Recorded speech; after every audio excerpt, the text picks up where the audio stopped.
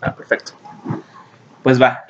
La idea es que, pues bueno, como saben, ayer se fue Rebeca rumbo a Japón.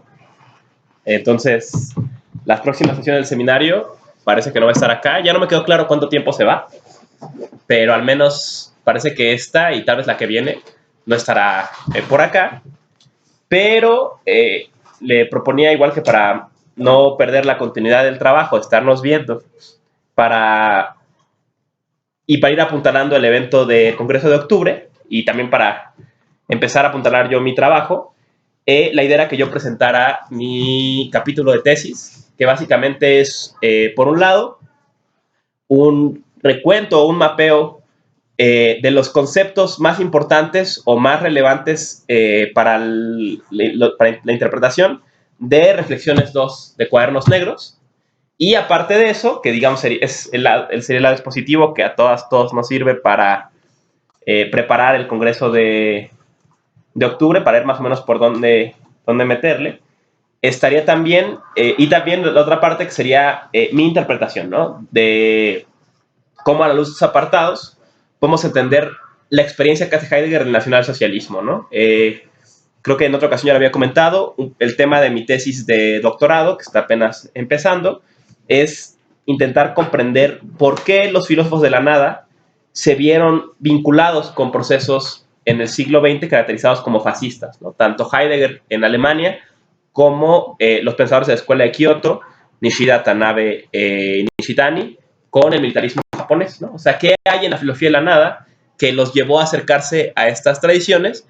Y en última instancia, ¿qué repercusiones políticas se pueden extraer de los planteamientos ontológicos de estos pensadores, ¿no? Entonces, un poco la idea de mi trabajo es esa, y en este caso, en el caso de Heidegger, creo, o mi impresión es que el panorama de la discusión sobre la relación entre Heidegger y el nacionalsocialismo, o el pensamiento de Heidegger con el nacionalsocialismo, la relación de Heidegger como persona es otra cosa, sí se ve, esa discusión se ve transformada en buena medida por la aparición, la publicación de cuadernos, ¿no? O sea, creo que Cuadernos Negros cambia mucho el panorama, y más que en esos puntos donde tal vez la atención se ha puesto, ¿no?, sobre el semitismo planetario y todo ese rollo.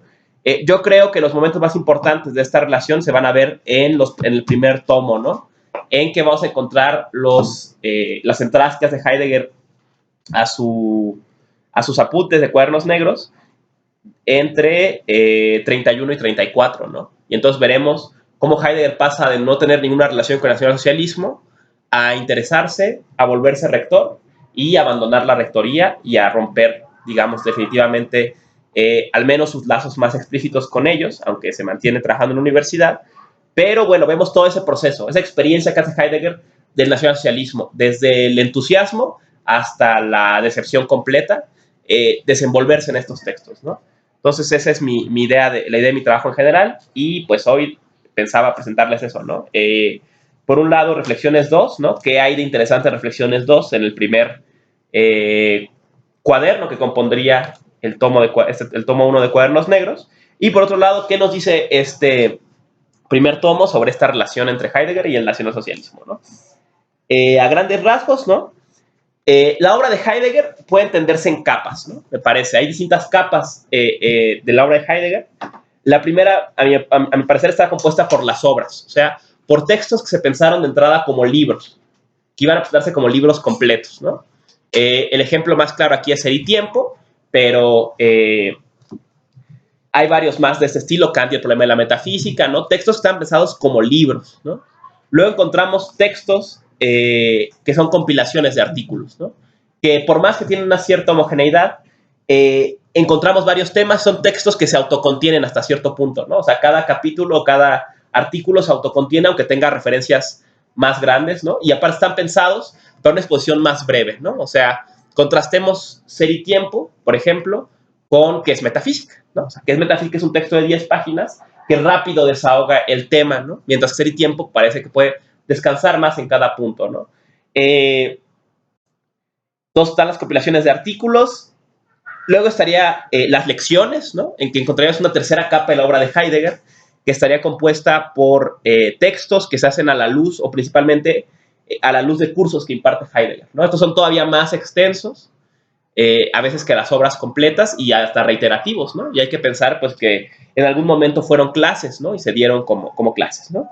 Y también son mucho más didácticos, ¿no? Están pensados para gente que tal vez no está tan familiarizada con el pensamiento de Heidegger, pero que sí con la tradición filosófica, y entonces, pues, van llevando de la mano, ¿no? Ejemplo típico de esto, el Nietzsche, ¿no? Todos tomamos el Nietzsche, aunque, claro, hay partes que no son parte del curso. La mayoría, pues, fue un curso, ¿no? Fue una serie de cursos. Habría una cuarta capa, que sería la obra póstuma o los tratados de historia del ser, que serían todos esos trabajos o escritos que hizo Heidegger pensándolos como libros, pero que preparó para que no se publicaran hasta después de su muerte, ¿no? El primero y más importante de estos es Aportes a la Filosofía, Beiträge, ¿no? Pero aquí estaría Meditación, Historia del Ser, Las Ereignis, todos estos trabajos, ¿no? Que sí están estructurados, están algunos como Aportes a la Filosofía prácticamente acabados, pero Heidegger decide que no se publiquen, ¿no? Y que implican toda otra capa de su pensamiento.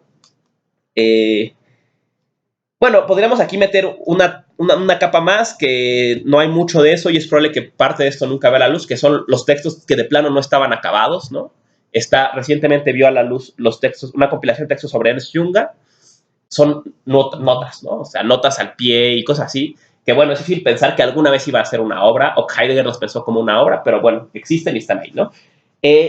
Pero la quinta capa, con la que quiero llamar la atención y que nos interesa a la luz del Congreso y de exposición del día de hoy y todo el rollo, es Cuadernos Negros, ¿no? Cuadernos Negros compone del volumen 94 al volumen 102 de las obras completas de Heidegger, ¿no? Estos textos tienen unas características que los diferencian completamente del resto de la obra.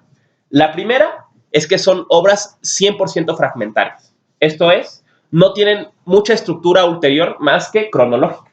O sea, básicamente Heidegger iba metiendo cosas conforme iba pasando el tiempo, y aunque nos damos cuenta que a ratos 3 o 4 fragmentos se relacionan porque tal vez era lo que Heidegger estaba haciendo en ese momento, pues no es como Aportes, que tiene una relación temática, ¿no? O sea, mientras Aportes está hecho en ensambles, o incluso Las Ereignis está hecho en ensambles, Cuadernos no. Cuadernos es totalmente cronológico. Recuerda mucho a fragmentos póstumos de Nietzsche, ¿no? O sea, solo está ordenando cronológicamente.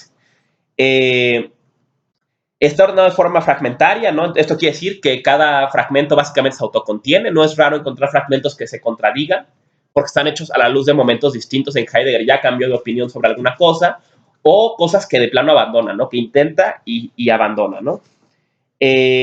Cuando Heidegger describe, otra cosa es que estaban pensados para ser así. O sea, Cuadernos Negros no era un apunte para una obra que Heidegger nunca acabó. Cuadernos Negros, como estaban, ya estaban terminados, al menos el primer volumen. ¿Por qué podemos decir esto? Porque Heidegger los refiere en Meditación. Meditación habla de los cuadernos de notas, ¿no? Entonces, él ya estaba pensando que como estaban, era como algún día se iban a publicar, y que algún día, que finalmente llegó, cuando alguien leyera Meditación se iba a poder confrontar con este libro como está ahora, ¿no? A grandes rasgos, de forma fragmentaria, ¿no? Recuerda mucho a lo que el propio Heidegger dice sobre la voluntad de poder de Nietzsche, ¿no? Que sería difícil pensar que iba a ser muy distinta a como hoy la conocemos, ¿no? Que era un texto que ya estaba planeado desde Nietzsche con una naturaleza fragmentaria. Lo mismo pasa con Cuadernos Negros, ¿no? Otra descripción que da Heidegger de Cuadernos Negros la da justamente en el epígrafe, ¿no? Cuando inicia la obra, la inicia con la siguiente descripción, ¿no? Dice: las anotaciones de los cuadernos negros son, en su núcleo, intentos de un sencillo nombrar, no un enunciar, ni menos aún apuntes para un sistema planificado. Esta es una descripción que me parece que ilustra muy bien qué es Cuadernos Negros. Cuadernos Negros es un cuaderno de intentos. Es un cuaderno en que Heidegger deja todo lo que intenta. Algunas de estas cosas van a ser intentos que ya vienen de la obra pública, otros intentos que de aquí van a aparecer en la obra pública de alguna forma, y otros intentos que quedan truncos, ¿no? De intentos de un sencillo nombrar, ¿no? Entonces, los intentos de nombrar el ser y de nombrar su manifestación en el presente y todo esto estarían dispersos en esto. Un montón de intentos de hacer ese nombrar, ¿no? A la luz de esto, yo propongo una distinción para los cuadernos negros, ¿no? Hay dos tipos de fragmentos en Cuadernos Negros. Hay fragmentos que podríamos entender como ejercicios e intentos, puramente. Esos son fragmentos que intentan de alguna forma abordar el problema del ser, el problema del lenguaje, el problema del ser ahí, el problema del ser humano, el problema de la ciencia, de la técnica, del progreso, lo que sea. Dar un abordaje, ¿no? Intentan abordar ese problema de alguna forma, exitosa o no, y que luego puede, así o en un estilo parecido o no, aparecer luego o en otro momento en la obra, en otra capa de la obra de Heidegger. Y la otra parte, o el otro tipo de fragmentos, los escribo como diarios filosóficos, ¿no? ¿Qué quiere decir esto? Fragmentos en que Heidegger va a afrontar algo que esté pasando en ese momento, ¿no? No necesariamente sea un intento, digamos, atemporal de afrontar un problema, sino se enfrentará a que en ese momento pasó algo o que alguna acción de su momento se cuela a la obra de Heidegger, ¿no? Esto es muy frecuente. Algo que Heidegger tal vez en su obra pública no permite tanto, en cuadernos sí, siempre se da, ¿no? Lo que está pasando Heidegger en un momento se escurre, ¿no? a estas reflexiones, ¿no? Y estos fragmentos son sobremanera importantes para abordar lo que a mí me interesa en mi tesis, ¿no? Que es el tema de la relación con el nacionalsocialismo, ¿no? Porque es en los diarios donde el nacionalsocialismo se deja ver, ¿no? Y estos fragmentos están revueltos, ¿no? O sea, puede haber 3 fragmentos en que intente algo y de pronto diga, ah, en tal fecha pasó algo. Es otra cosa curiosa, ¿no? En Cuadernos Negros encontraremos recurrentemente fechas. Heidegger describía, es que en ese momento estaba pasando esto. O en tal día, o cuando inicié el rectorado, o cuando acabé el rectorado, o cuando cierre el curso, o cuando termine el curso de verano, en que todo el tiempo va a estar refiriendo al momento desde donde está hablando, ¿no? Bueno, ¿no? Eso entonces, con eso, o ese panorama general de la obra de Cuadernos Negros, vamos a entrar de lleno a Reflexiones 2, ¿no? Reflexiones 2 abarca de octubre de 31 a algún momento antes de que acabe el otoño de 32. Básicamente, todos los fragmentos abarcan un lapso de más o menos un año, pero hay un detalle interesante que notaremos o intentaré dar razón más adelante, que es que buena parte de este curso, digo, buena parte de cuadernos, la mayor parte se escribe en el otoño o en el semestre de invierno de 32. Por una simple razón, que es que Heidegger está de vacaciones, ¿no? Heidegger estuvo de vacaciones en otoño de 32, ¿no? ¿Qué hay detrás de cuadernos? ¿Ok? Hay que tener presente. Número 1, obviamente, ser y tiempo. Ser y tiempo está aquí. Heidegger va a dedicar este texto, ahorita lo comentaré. Una de las primeras cosas que va a ser criticar ser y tiempo y criticar la forma en que se está recibiendo ser y tiempo, ¿no? Hay que pensar que no está muy lejos la publicación de Ser y Tiempo y las primeras recepciones del libro en el contexto filosófico y más allá, ¿no?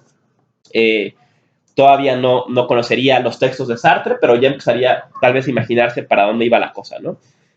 Otro texto que va a estar detrás importante es ¿qué es metafísica? Que va a referir alguna vez y conceptos de qué es metafísica, de la esencia al fundamento y en particular de la esencia de la verdad y doctrina platónica de la verdad, no solamente los va a referir, sino que los cursos, va a estar, mientras escriba Cuadernos Negros, va a estar impartiendo estos cursos, ¿no? O sea, que es de la esencia de la verdad y la doctrina platónica de la verdad, las va a estar impartiendo durante este tiempo, ¿no? En el invierno de 31 a 32.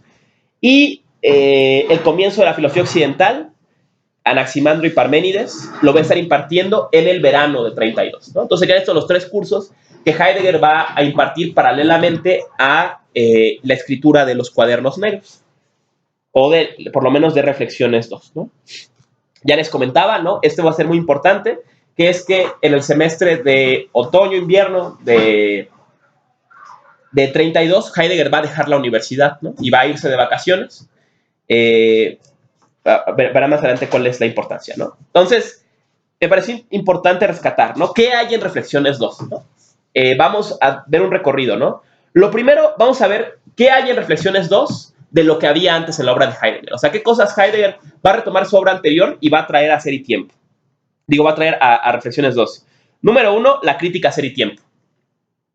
Reflexiones 2 va a ser tal vez el primer lugar donde Heidegger va a poner en el banquillo Ser y Tiempo y la recepción de Ser y Tiempo, ¿no?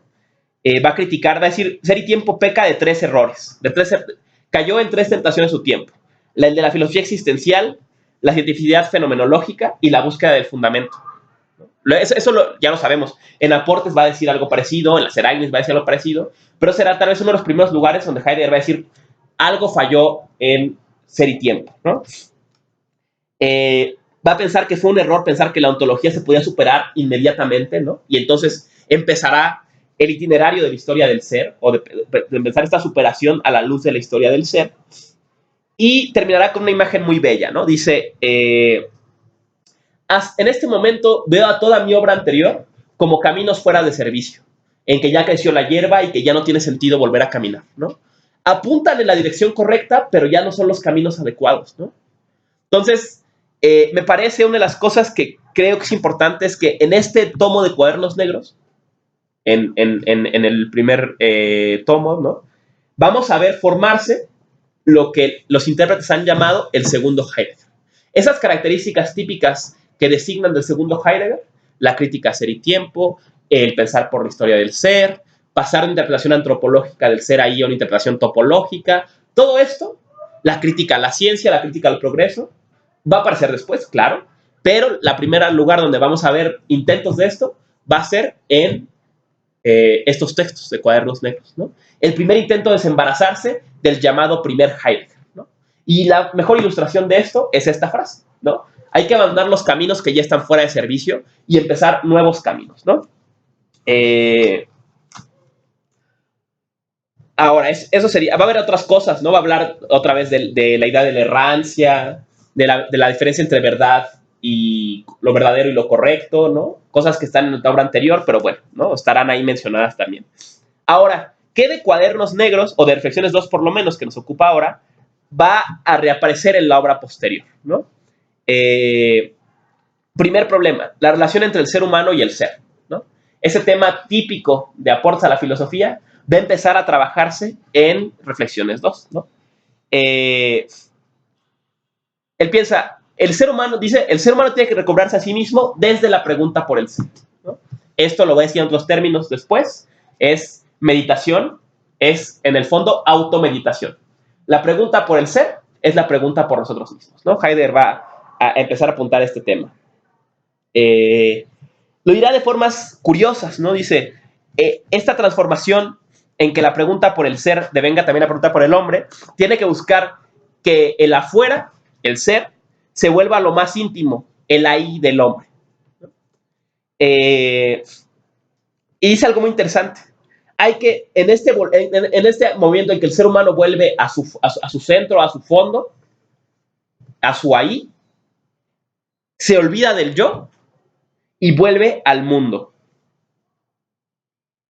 Este es el trasfondo de la automeditación, del volver a su centro. Y aquí vemos cosas con giros interesantes, ¿no? Obviamente un cambio de interpretación del ser ahí, pero también hay algo que Heidegger tal vez no va a explicitar en su obra posterior con tanta fuerza, ¿no? Pero es la idea de que para que el ser humano vuelva a su centro, vuelva a su ahí, o vuelva al ahí, tiene que romper con su visión autocentrada. Entonces podríamos decir que hay una interpretación aquí del ser ahí no egoica y le hacían una ruptura del ego autocentrado para entrar al ser ahí, ¿no? Algo que está en la obra posterior, pero tal vez no tan claro, ¿no? Y aquí no podría ser más claro, ¿no? Un tema que luego será tan importante para los autores de la Escuela de Kioto, pues aquí Heidegger ya también lo está, por lo menos mencionando como parte de ese itinerario, ¿no? Otra cosa que va a estar en los textos posteriores, que va a ser central en los textos posteriores, y que Heidegger empieza justamente en Reflexiones 2, va a ser sus intentos de recorrer la historia del ser, ¿no? Sabemos, ¿no?, que en Aportes, en el Nietzsche, en las Eraignis, en Meditación, una y otra vez hace itinerarios, ¿no?, de cómo se devino la historia del ser desde el comienzo griego hasta la situación actual del acabamiento de la metafísica, ¿no? Pues el primero intento de esto que yo he podido encontrar es el fragmento 132 de Reflexiones 2, ¿no? Este fragmento, a mi opinión, es tal vez el más importante o el de más peso, más contenido filosófico de Cuadernos. Hay mucho, de Reflexiones 2, hay mucho más, pero este es el que tiene más cosas, digamos, ¿no? Entonces, si van a leer uno, lean 132, ¿no? Recorrido breve sobre de qué va 132, ¿no? Dice Heidegger, ¿no? Los griegos preguntaban por el esti. Hacían la pregunta por el ser en términos de esti, en términos de es, Esto sería importante. No del ser como un sustantivo, sino del es como un verbo, como un acontecimiento. Y preguntaban desde la comprensión del ser. ¿Quién hizo esto? Parménides, cuando preguntó por el nous, ¿no? Desde la perspectiva del nous. Entonces ya estaba preguntando por el ser o por el es desde su comprensión, ¿no? Pero el problema es que entendieron el es desde su forma esti, de su forma presente. Y pensar el es como presente llevó a pensarlo como presencia y eventualmente a pensarlo como constancia. Y a partir de esto se creó una diferencia tajante y una separación tajante con la nada, que es algo mediado y que es la base de todo no y de toda negación, ¿no? Este esfuerzo se ve culminado en el primer comienzo griego, en el sofista de Platón, en que la nada y el no ser se reducen a un momento, o el no ente se reduce a un momento del ente, y en Aristóteles, en que la potencia es un momento del acto, ¿no? O en que, como dice en Metafísica 12, claramente, ¿no? El acto es anterior a la potencia, ¿no? Entonces, el ente es anterior al no ente, o el ente solamente, o el no ente solo es posible a la luz del ente, que el ente termina siendo lo fundamental, ¿no? Esto se radicaliza con el cristianismo. Cuando el cristianismo introduce la idea de un Dios creador, vuelve el problema por el ser un problema secundario, porque ahora el ser es algo creado y la pregunta ya no es por lo que es, sino por quién creó lo que es, ¿no? En términos de la obra de Heidegger pública, se crea la estructura trascendente de la metafísica, ¿no? En que la pregunta por lo que es va a ser la pregunta por qué ente fundamenta que las demás cosas creadas sean Dios, ¿no? Entonces la pregunta por el es, la pregunta por el esti, pasará a ser la pregunta por el Dios creador y por cómo ese Dios creador ofrece fundamento a lo creado, ¿no? Dice Heidegger, el primero en darse cuenta de este problema es Nietzsche. Nietzsche es el primero en poner el dedo en el renglón sobre este hermanamiento entre el platonismo, el cristianismo y el olvido de la pregunta por algo fundamental, ¿no? Sería una de las primeras veces que Heidegger va a quitar el sombrero frente a Nietzsche y decir, Nietzsche es el primero que empieza este camino, ¿no?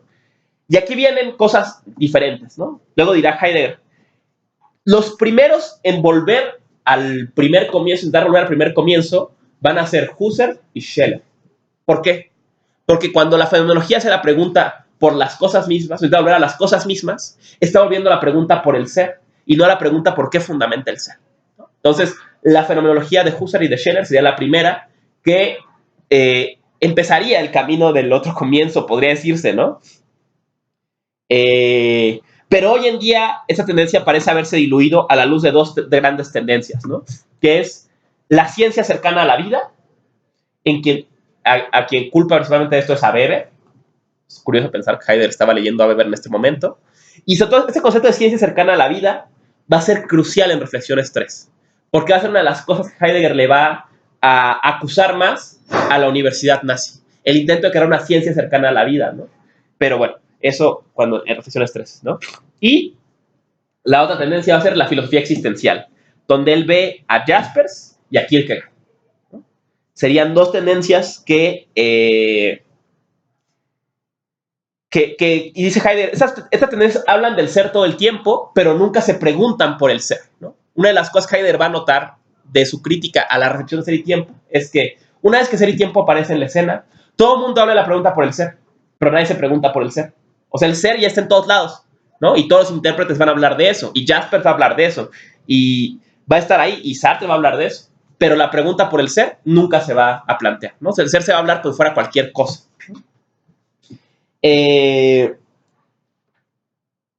Hay que volver, piensa él, al esenciarse del ser. Y ya ni siquiera al ser como es, sino al ser como sea. Dice él, al mutismo original, al silencio original, ¿no? Esa sería la tarea de la filosofía, ¿no? Y a la luz de esto, otro concepto que Heidegger va a empezar a trabajar en Reflexiones 2 y que marcará la obra posterior, es la idea del otro comienzo. El otro comienzo va a empezar a resonar acá, ¿no? Dice Heidegger, tenemos que alcanzar a los griegos, ¿no? Los griegos, no hay que regresar a buscar a los griegos, sino hay que ir hacia adelante a alcanzar lo lejos que ya han pensado ellos, ¿no?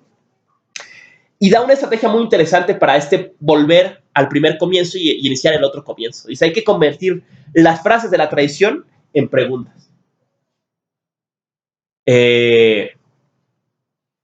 Sí, digamos, ¿no? Por ejemplo, pensemos esto en términos de la pregunta conductora y la pregunta fundamental, ¿no? Algo más o menos este tiempo, ¿no? Hay que convertir qué es el ente, o el ente es, en por qué es el ente y no más bien la nada. O el ente es en el ente es, como pregunta, ¿no? Que podría ser algo que podríamos entender desde la interpretación de Aristóteles, ¿no? O sea, si ente se dice en muchos sentidos, ya la pregunta es, ¿cuál de ellos es ente? Heidegger diría, no, eso hay que ponerlo en duda. El ente es, ¿no? Antes de preguntarnos qué es el ente, ¿no?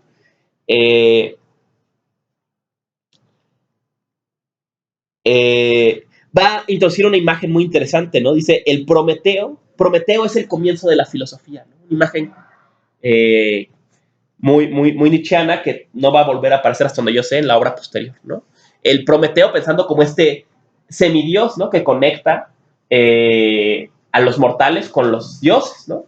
A través de este medio que es el fuego, ¿no? Y la capacidad de hacer mundos, ¿no? De la técnica.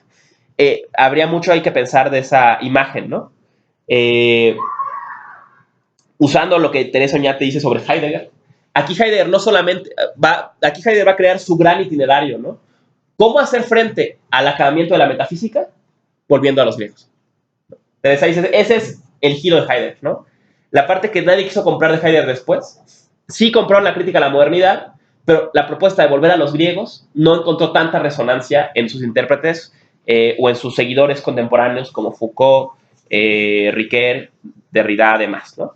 Este intento de volver a los griegos y ya estaría aquí claro en Reflexiones 2, ¿no? Otro cambio que va a haber importante, que ya viene haciéndose en la obra pública, va a ser un cambio en la interpretación de el ser ahí, ¿no? El ser ahí, en la obra más temprana de Heidegger, dice Heidegger en el concepto de tiempo claramente, Dasein, decir Dasein es lo mismo que decir existencia humana. Dasein es existencia humana.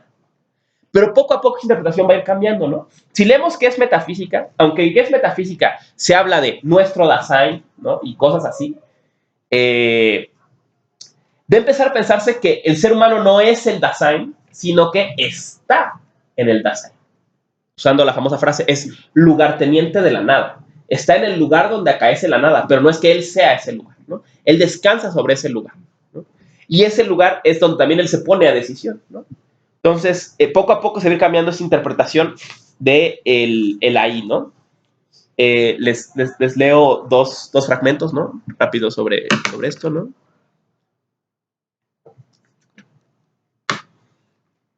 Sobre...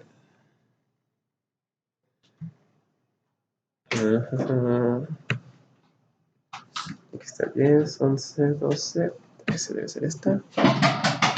13 es el fragmento 13.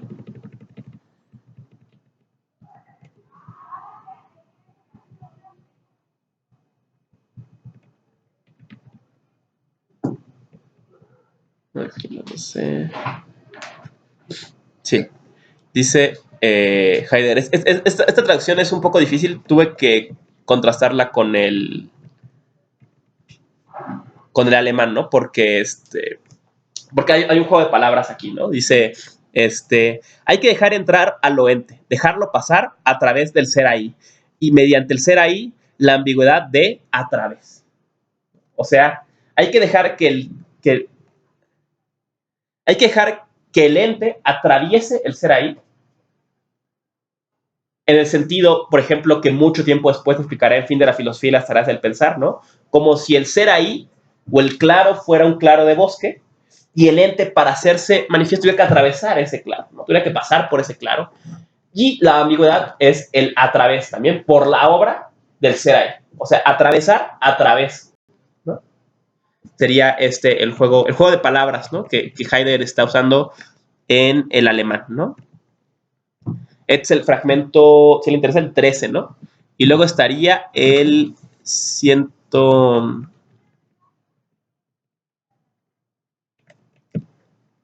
Bueno, creo que con ese queda bastante ilustrado, ¿no?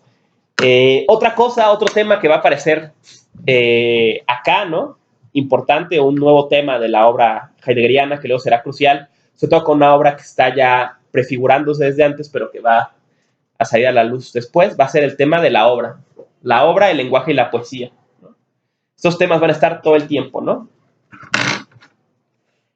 Heidegger dice aquí, la obra es el lugar del comienzo. El comienzo acaece en la obra. Describirá la filosofía de una forma muy bella. La filosofía lo que hace es poetizar el ser, ¿no? Y en un guiño que recuerda a uno de los grandes pensadores que siguió el camino de Heidegger, dice, la filosofía fundamentalmente es creación de metáforas.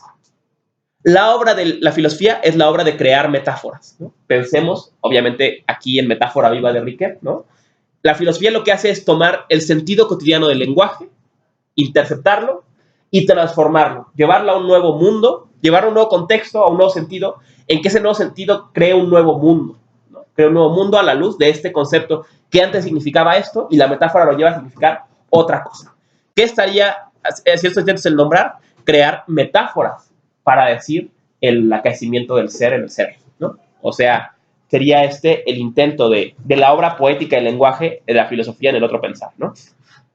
Dice Heidegger, donde hay crecimiento hay silencio, y es desde ese silencio desde donde podemos escribir los diálogos ocultos del lenguaje. Entonces, otro tema importante que estará muy en la obra posterior va a ser el tema del silencio, ¿no? El silencio va a ser una cosa crucial, ¿no? Otra cuestión que va a aparecer novedosa acá va a ser la idea de la relación con la ciencia, la técnica y el progreso, ¿no? Será un tema importante de Reflexiones 2. Número 1, Heidegger dice, la ciencia está en crisis. ¿De dónde viene la crisis de la ciencia? Viene de que la ciencia es endiosada a partir de la lógica del progreso.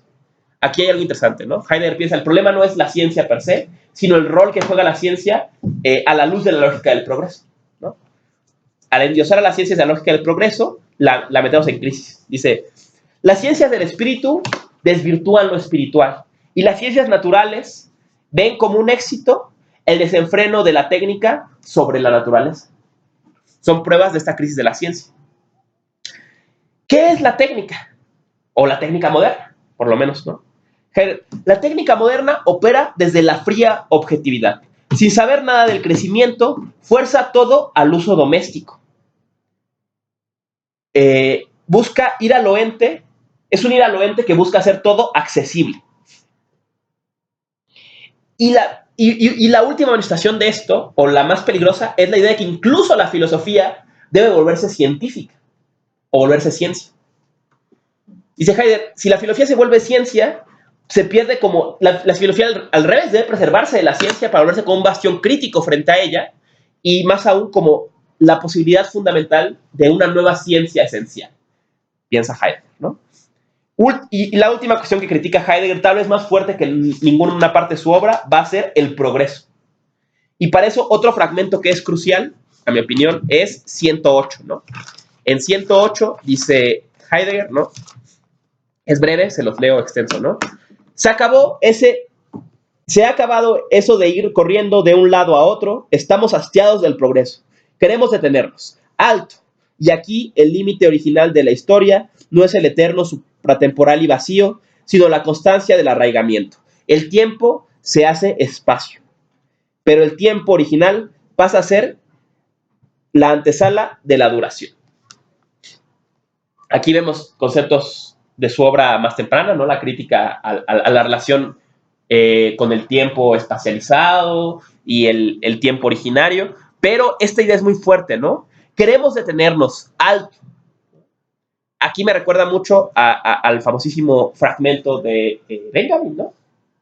Hay dos concepciones de la revolución, ¿no? La revolución como un tren que avanza o la revolución como un freno que detiene el tren, ¿no? Heidegger creería en esta segunda versión, ¿no? Lo que queremos ser es alto al progreso, ¿no? El progreso es un proceso que no hay que alimentar, sino al revés, que hay que detener, ¿no? Porque estamos hastiados. Y a donde nos lleva, y el límite de eso, no es un vacío supertemporal, como lo que años después diría Byung-Chul Han, ¿no? O sea, el tiempo ha acelerado a tal punto que ya ni siquiera avanza, solamente se expande, ¿no? En un vacío supratemporal. El progreso se separa desde el arraigamiento, ¿no? El arraigamiento es ese freno de emergencia que pone un alto al tren del progreso que va avanzando hacia el precipicio, usando la imagen de Benjamin, ¿no? Tengan presente este fragmento porque es crucial, ¿no? Para entender también la posición política de Heidegger, ¿no? En ese momento, y nos da muchas herramientas críticas, ¿no? Ahora, ¿qué cosas hay en Cuadernos Negros que son totalmente nuevas, ¿no? O al menos en Reflexiones 2 que son nuevas, de plano. No están antes y no van a estar después y solo van a aparecer acá, ¿no? Primera, Heidegger dirá, el ser es lo inconceptuable, ¿no? El ser no puede decirse. ¿Qué concepto alcanzaría para pensar el ser, no? Heidegger va a decir cosas parecidas de otro lado, pero nunca tan fuerte, como decir, de plano es inconceptuable. Y lo fuerte en que Heidegger ve este problema se ve en las consecuencias. Va a intentar dos formas de interpretar el ser como algo conceptuable. Número uno, abandonar la forma sustantiva del ser y pensar el ser como es, ¿no? Esto lo pueden ver en 207, en 216, ¿no? Y la otra, la más extrema, que está en el fragmento 36 y en el 45, por lo menos, al menos como los más ilustrativos, es, si el ser es inconceptuable, tal vez hay que crear una nueva grafía para señalarlo, ¿no? Y es lo que hace, ¿no? Crea una grafía que es una n invertida tachada, ¿no? Entonces Heidegger intenta usar eso para designar lo inconceptuable del ser, ¿no? El ser no hay palabras que alcancen para expresarlo, entonces tal vez de plano hay que crear una grafía nueva, ¿no? Sería digamos, el extremo de la creación de metáforas de la filosofía, y más allá que eso, ¿no? Sería una creación de un neologismo total al punto de crear una nueva grafía, ¿no? Comentaba, cuando la primera vez que vimos estos temas, ¿no? Pavel comentaba que en lo poco que él pudo ver de los manuscritos de Heidegger que nunca se van a publicar, estaban llenos de cosas así, ¿no? Llenos de signos, de símbolos nuevos. Entonces parece que hay un guiño ahí a esta última capa de la obra de Heidegger que de plano pues se nos escapa por completo, ¿no? Otra cosa relativamente novedosa, y qué pena que no esté Uriel porque es su tema, ¿no? Es el tema del animal, ¿no? En 201 y 202 sobre todo vamos a abordar este problema, ¿no? Heidegger empieza, ¿no? ¿De qué modo se abre al animal? ¿De qué modo se abre el mundo al animal desde sus capacidades perceptivas, ¿no? El animal percibe el mundo. De algún modo de este percibir se le abre un mundo. ¿Pero cómo? Heidegger dice, esa pregunta no nos la podemos hacer de entrada, porque siempre que nos preguntamos por el mundo del animal, lo hacemos desde la perspectiva de los humanos. No sobre cómo el animal ve el mundo, sino cómo los humanos proyectamos nuestra percepción del mundo en ellos. Pero Heidegger piensa, tal vez hay un camino para, desde una perspectiva más originaria, podríamos preguntarnos, ¿cómo se abre el mundo para el animal? ¿Cuál es la perspectiva originaria? La corporalidad. ¿Por qué? Podemos seguir el argumento de Heidegger, porque los seres humanos somos animales. Y al ser animales, retrayéndonos a nuestro carácter animal más fundamental, podremos preguntarnos cómo se abre el mundo para el animal en general, no solamente para el animal que somos nosotros. Y esto enraiza con un problema que Heidegger le sacó la vuelta toda su vida, que es el problema de que el ser humano, como lugarteniente del ser ahí, como lugarteniente de la nada, como el que espera la llamada del último Dios o lo que sea, es un ser encarnado. Es un ser encarnado y que la conciencia humana significativa acaece en un cuerpo. Heidegger notó el problema del cuerpo y lo dejó en sus intentos, ¿no? Entonces, tal vez valdría la pena hacer una pregunta sobre el lugar del ser humano en medio del ente, pero también el lugar del animal en medio del ente. ¿Cómo se abre el mundo para el animal, ¿no? Y aquí daría una gran fuerza para una interpretación ecológica de Heidegger, ¿no? Más extrema, ¿no? Pensar al ser humano no como perdiendo su carácter de humano, ¿no? Pensándolo a la luz del animal, ¿no? Y luego autores del siglo XX y XXI han seguido por este camino, ¿no? De pensar lo animal, ¿no? Otra cosa importantísima para el tema de la política, ¿no? Va a ser el Weltallung, sería el término en alemán, ¿no? El acontecimiento mundial o el acontecimiento de mundo, ¿no? Vuelve varias veces sobre este tema. A grandes rasgos se puede entender en dos términos, ¿no? Como el Ereignis, en que acontece un mundo, o como el Ereignis, como un acontecimiento que es accesible para todo el mundo. O sea, para todos los pueblos y los inicios. Todos los inicios accederían de alguna forma a este inicio originario. Alguna vez Heidegger dijo, es que el Ereignis es uno y a la vez es múltiple, ¿no? Se presenta de distintas formas, ¿no? Distintas experiencias, ¿no? Entonces, ¿cómo entender este acontecimiento de mundo o acontecimiento mundial? Bueno, puede entenderse de las dos formas, ¿no? Hay algunas cosas que no son nuevas, ¿no? Que son un error de traducción, ¿no? Campar, por ejemplo, todo el tiempo hablan de campar. Campar traduce Wesen, ¿no? Que sabemos que traduce esencial o esencia. Entonces, ahí de plano no sé qué pasó, pero es fácil irnos con la finta de que es otro concepto nuevo porque está por todos lados, pero no lo es, ¿no? Otro que está todo el tiempo es capacitación de ser. Traduce en Chai, ¿no? Entonces que está traducido en aportes como autorización del ser, ¿no? Entonces, bueno, ahí hay otra cosa, ¿no? Ahora, entrando, digamos, ya para terminar mi exposición en el tema que me ocupa a mí, ¿no? ¿Cómo se presenta la experiencia que hace Heidegger en nacionalsocialismo en Reflexiones 2, ¿no? Hay apariciones tempranas, ¿no? En el fragmento 39, Heidegger habla o hace mención del Führer, ¿no? Ahora, Führer es un concepto alemán que no es exclusivamente nazi, ¿no? Es fundamental y ya para este año Hitler exigía que fuera el término que se referían a él, al menos dentro del partido, pero también es un término usado, por ejemplo, para los líderes comunistas, ¿no? O sea, no es todavía un término exclusivo de él. Probablemente Führer aquí podemos pensar a Hindenburg y fundamentalmente a Bismarck, ¿no? A Otto von Bismarck. Otto von Bismarck sería el gran Führer de Alemania y el modelo del caudillo en el que Heidegger va a soñar en este momento, por lo menos, y la mayor parte de los alemanes, ¿no? Otro concepto que voy a utilizar en 45, vamos a ver el concepto de pueblo sin espacio. Este concepto es central en la propaganda nazi, pero es anterior a la propaganda nazi, ¿no? Aparece originalmente en una novela de Hans Green en 1926, y básicamente de la mano de otro concepto típico de la propaganda nazi, que es espacio vital, va a decir algo así como que las naciones o los pueblos son como seres vivos, y los seres vivos, cuando se les limita su espacio para desarrollarse, degeneran y perecen. Entonces, que es una cuestión de supervivencia, que estos organismos vivos que son los pueblos recuperen un espacio vital para desarrollarse. ¿A qué apunta ese concepto? A las limitaciones que impone el Tratado de Versalles alemán, ¿no? Entonces, en la medida en que el Tratado de Versalles recortaría el espacio vital del pueblo alemán, estaría amenazándolos con morir. Y con ello, es una cuestión de vida o muerte expandirse. Sería el concepto. Es un concepto que Hitler va a usar, sí, pero es anterior, ¿no? Y es algo que está sintiéndose en la República de Weimar en general, ¿no? O sea, todos los pensadores o las propuestas políticas tendrán presente el Tratado de Versalles como un fuerte golpe al pueblo alemán, y de algún modo no es difícil pensar que la idea de pueblo sin espacio, como crítica al Tratado de Versalles, no sea exclusivamente nazi, ¿no? Sino incluso pueda verse en todas las corrientes políticas de su tiempo, ¿no? Los fragmentos donde van a empezar ya las menciones definitivas van a ser va a ser a partir del 70 y 73, ¿no? En que va a aparecer por primera vez la mención del concepto que Heidegger va a designar la revolución nazi de 32, que es el mundo está en proceso de remodelación. Cuando Heidegger interpreta qué es el nacionalsocialismo, lo va a interpretar en dos términos. Uno, el movimiento de la juventud, y dos, el mundo está en proceso de remodelación. Entonces Heidegger cree que algo está pasando, que viene una remodelación del mundo, ¿no? Que viene un cambio, ¿no?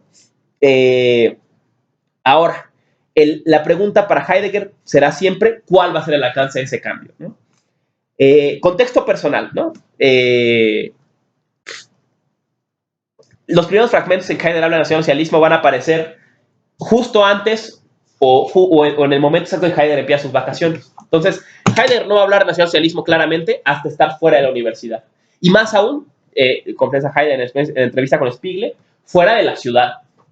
Freiburg es una ciudad muy pequeña, y más pequeña en este momento, y aún así Heidegger está en una zona todavía más alejada, ¿no? En su cabaña, desprendido de lo que esté pasando en la universidad, de lo que esté pasando en las ciudades, ¿no? Otra cosa importante, ¿no? Entendamos un poco el contexto nacional. ¿Qué está pasando en Alemania en este momento? Y cómo es que el nacionalsocialismo empieza su ascenso al poder en 32, ¿no? El primer ministro Brüning colapsa inicios de 32. Brüning era un primer ministro impopular de entrada y más aún porque tuvo que imponer una serie de planes de austeridad muy fuertes para superar la crisis de 29, ¿no? Entonces Alemania está sumida en la crisis y aparte en planes de austeridad. Entonces Brüning estaba muy desprestigiado, ¿no? Y con Brüning viene una crisis a la democracia en general, ¿no? Porque la idea era, bueno, pues Brüning fue electo y todo, y miren qué relajo nos dejó, ¿no? Entonces, esta crisis de Brüning va a alimentar que las tendencias antidemocráticas ganen fuerza y que cada vez se vaya cimentando en el espíritu del tiempo en Alemania, en el fin de la República de Weimar, que el camino es un hombre fuerte que ponga fin a este relajo, que ponga orden. Básicamente, ¿cuál es la ilusión? Que reencarne Bismarck. Tiene que volver Bismarck para poner orden en todo. Ya no tiene sentido estar votando, ya no tiene sentido todo este juego. Y todos los partidos son lo mismo, ¿no? Todos los partidos van a lo mismo, ¿no?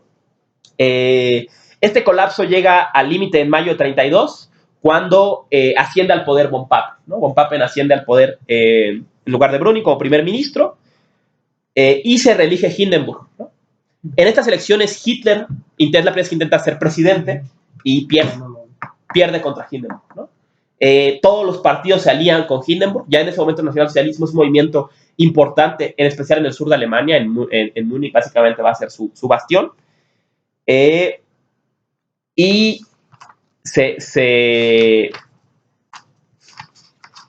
von Papen va a ser un primer ministro autoritario, un primer ministro antidemocrático, y su gobierno llevará a que en 32 se disuelve el Parlamento. En julio de 32 se disuelve el Parlamento, se llame una vez más elecciones y los nazis ganen posiciones importantes al borde de la mayoría absoluta, ¿no? Pero sigue estando pendiente ganar la presidencia o ganar la posición de primer ministro, pero es cuestión de tiempo, ¿no? En este momento empieza el partido nazi su mayor campaña de propaganda, por un lado, y por otro lado, ya para este momento, la política en Alemania, en la República de Weimar, va a pasar del campo del Parlamento a la calle. La política, ante el descrédito de la democracia, va a pasar a enfrentamientos callejeros. Y va a ser la época de oro de la SA, ¿no? De las unidades de asalto, las primeras unidades de asalto del partido nazi, ¿no? Y de su lucha contra los grupos antifascistas que se gestan en toda Alemania, ¿no? Entonces, en este momento de Alemania, Hitler está avanzando hacia la conquista del poder, la democracia está colapsada, la República de Weimar tiene los días contados, y pues es cuestión de tiempo para que Hitler conquiste el poder como primer ministro, y la única fuerza política con algún prestigio que queda es Hindenburg, ¿no? El presidente, que es un héroe de guerra también, y que, bueno, eventualmente dejará el poder en manos de Hitler.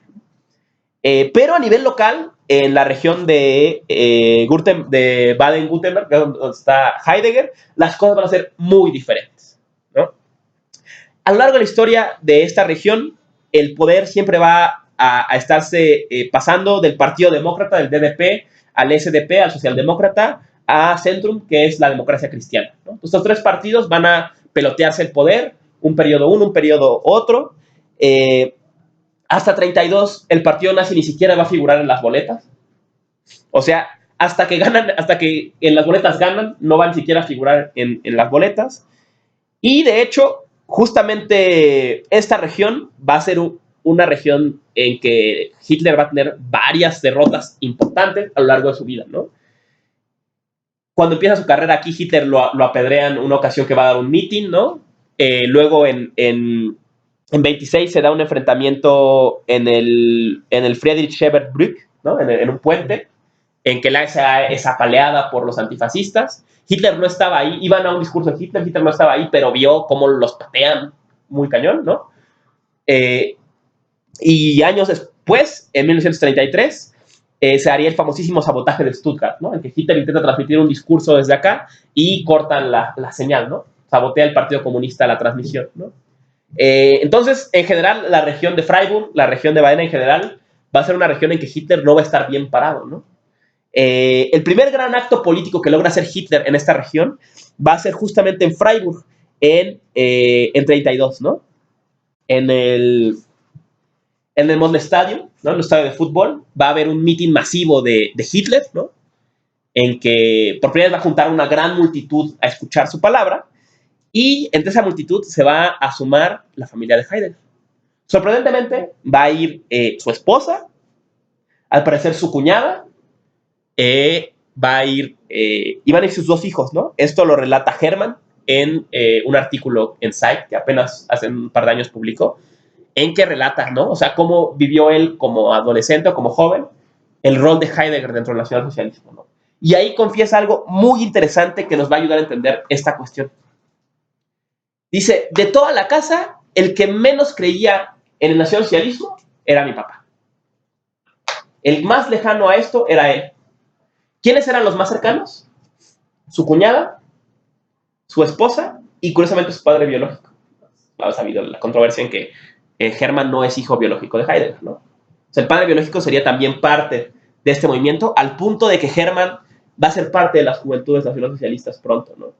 Entonces, si nos preguntamos cómo fue que Heidegger, estando fuera de la universidad, fuera de la ciudad, en una cabaña, en un lugar donde hasta ese momento el nacionalsocialismo no figuró para nada, y al contrario, cuando salían a dar la cara, los apedreaban, los golpeaban, les cortaban las comunicaciones, ¿no? ¿Qué lo llevó a interesarse en el nacionalsocialismo y el movimiento de la juventud? Pues la gente con la que estaba, su familia, ¿no? ¿Cuál fue la gran influencia nazi en Hitler? Su familia, su esposa y sus hijos. Es algo que a veces no se piensa, ¿no? Este fenómeno tan curioso, ¿no? Que fuera una influencia familiar, ¿no? Y llama la atención, Heidegger le llama el movimiento de la juventud, ¿no? Pues bueno, esa juventud eran básicamente sus dos hijos, ¿no? Un dato curioso es que en julio de 32, cuando llega la hora de votar, toda familia vota por el nacionalsocialismo y Heidegger vota por el partido de los vinicultores, ¿no? Esto muestra la visión política de Heidegger y va a ser muy importante para entenderlo después, ¿no? Entonces, ¿cómo ve Heidegger el nacionalsocialismo? Lo ve, como digo, a la luz de que el mundo está en proceso de remodelación. Pero su pregunta va a ser, ¿qué remodelación viene? ¿Qué cambio viene? Es un acontecimiento de mundo de fondo en que se va a transformar este mundo endiosado por el progreso y se volverá al origen griego y al fundamento de nuestro pueblo y todo ese rollo, o es solamente una capa de pintura del viejo mundo, ¿no? O sea, aquí podemos jugar con la polisemia de remodelación. ¿Es un cambio radical o es solamente una nueva capa de pintura, no? El propio Heidegger no lo sabe, ¿no?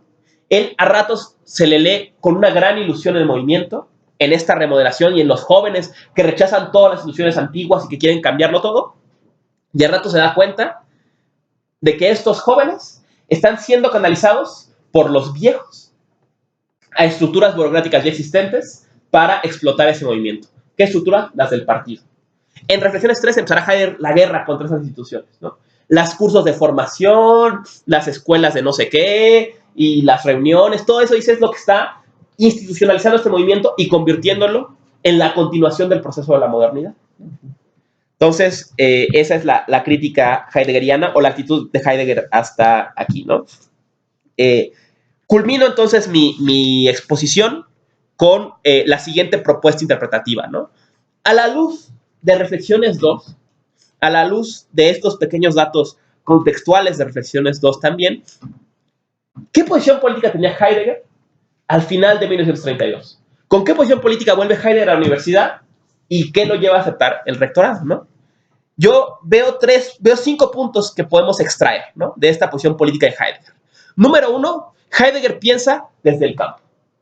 Una cosa que suele obviar de Heidegger es que Heidegger es un pensador, es un filósofo que va a pensar desde la perspectiva de un campesino. Sus metáforas van a ser metáforas de campo, metáforas de cultivar, metáforas de recoger la semilla, metáforas de sembrar, de allanar la tierra, ¿no?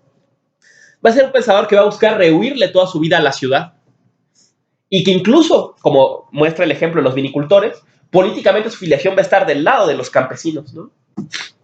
Número 2, Heidegger es un pensador para el que es importante las raíces y lo local.